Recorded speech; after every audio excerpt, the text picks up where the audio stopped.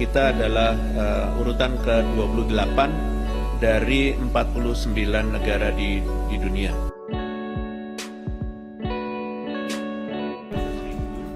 Dan ini mengingatkan semua pihak bahwa Indonesia masih dalam kondisi krisis. Untuk itu kita perlu tetap waspada bahwa masalah ini masih berada di Indonesia dan di seluruh belahan dunia. Inilah yang menjadi target kita bersama dan kami mohon kerjasama dari semua pihak di Indonesia agar ini dapat tercapai dengan baik. COVID-19 itu tidak ada. Kata siapa?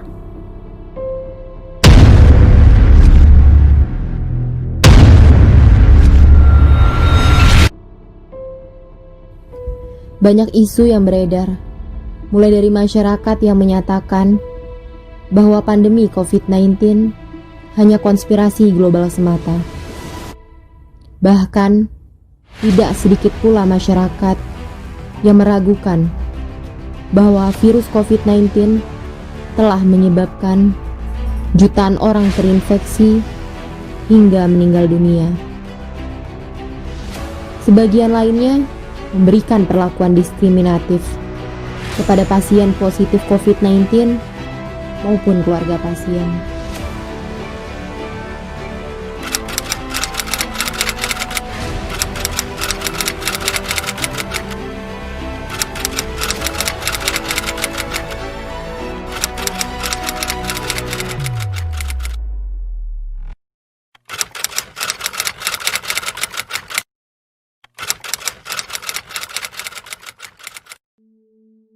Dari bapak.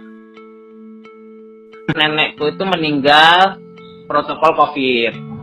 Budeku itu setelah mungkin seminggu setelah nenek meninggal itu dia demam tinggi. Kalau ketularnya sama teman-teman yang di kantor aja. Banyak yang positif, ada 36 orang.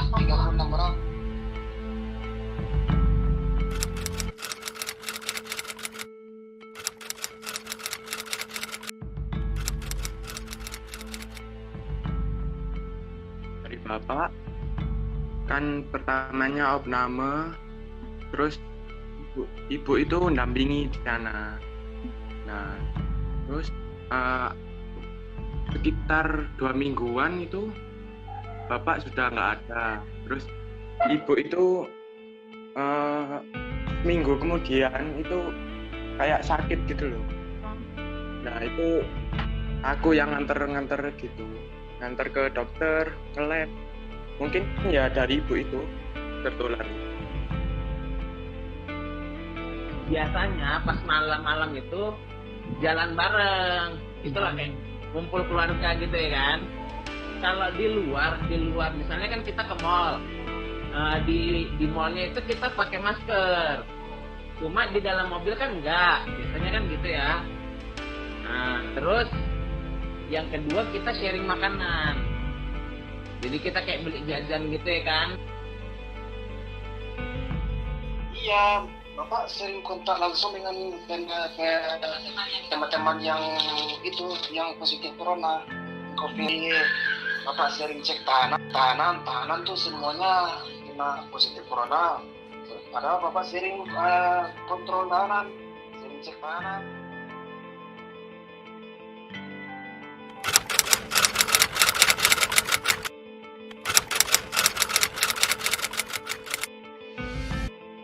Kalau aku nggak ada sih. Gejala sesak kayak batuk, demam itu nggak ada. Kalau gejalanya mungkin meriang kayaknya, meriang demam badan apa itu terasa mendingin.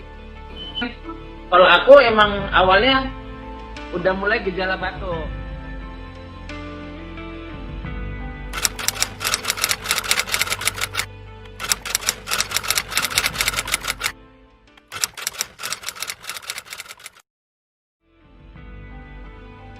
Pas ibu opname itu disuruh swab, terus hasilnya positif gitu aja. Langsung dibawa ke rumah sakit.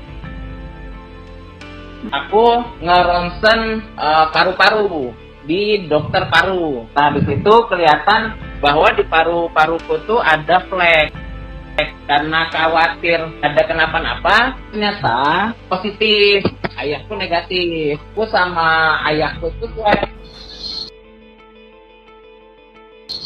Kalau rapid testnya ada gejalanya dan ketemu waktu itu udah 4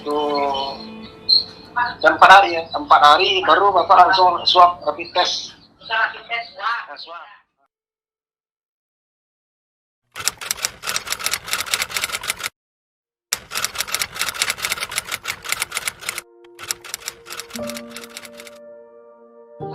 Yang pertama swab di kantor, bapak swab di puskesmas 10 hari kemudian baru dinyatakan bapak positif. Sebenarnya aku tuh awalnya kan rapid, aku kan tinggalnya di Jakarta. Pas ibuku meninggal itu kan, aku kan otomatis ke Medan harus rapid kan. Nah itu di Jakarta tuh aku negatif, rapidnya negatif.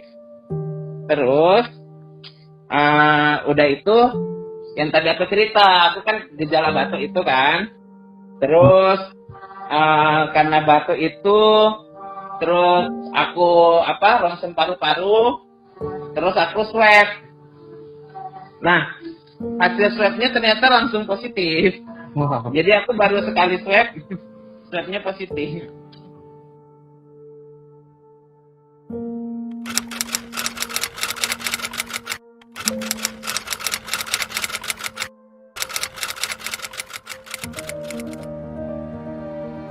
Iya, malah tetangga itu kayak dukung gitu. Kan saya punya adik itu di swab juga itu negatif. Nah itu malah tetangga itu malah ngasih makan. Kalau masyarakat sekitar ada lah, tapi kalau keluarga inti ya ini kita karena udah ada beberapa yang positif, ya udah kita emang udah mempersiapkan langkah antisipasi lah untuk itu.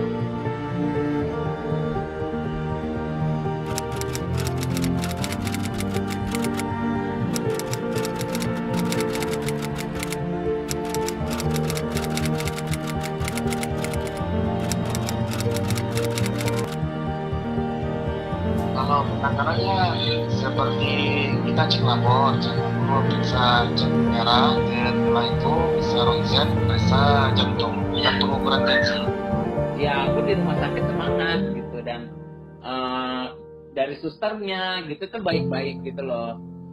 Mereka mau support. Terus misalnya aku minta tolong potongin buah gitu kan, susternya mau motongin gitu. Sebenarnya di rumah sakit itu nggak separah itu kok gitu. Dan semua orang di dalam rumah sakit itu sebenarnya kayak nyapa kita tuh senang gitu, supaya pasiennya itu senang.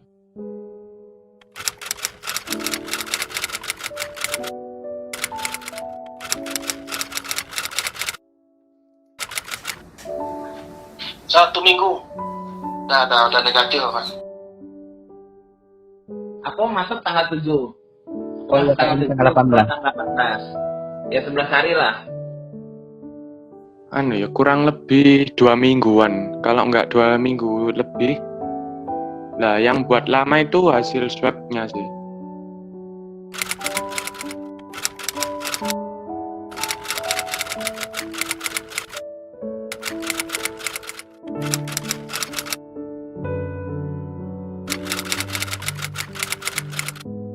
Dua kali. Sekali doang sih. 1 kali. Karena kan bapak nggak ada penyakit penyertanya. Oh, Karena aku kan juga udah 11 hari, terus di rumah 8 hari kan, berarti kan udah hampir 20 hari ya.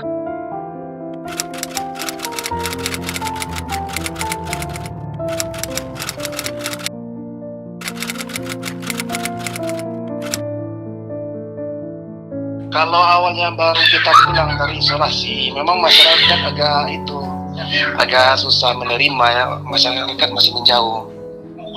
Kalau setelah kita menyampaikan, baru masyarakat paham. Kalau masyarakat sekitar kami nggak kasih tahu.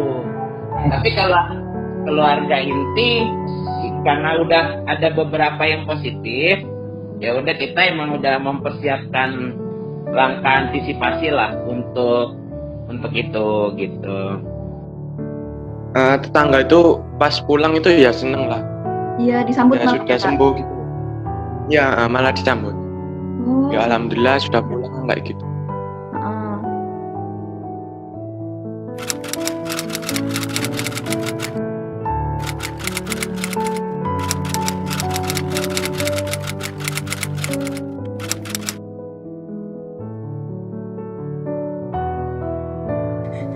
Orang warga Indonesia kita patuh sebaiknya awak patuh kepada protokol kesehatan apa yang dikecam oleh pemerintah gitu. Seperti disarankan oleh pemerintah untuk memakai masker, mencuci tangan, dan yang paling utama kali olahraga. Setelah olahraga perbaikan daripada gizi, dan nggak lupa pula jago jarak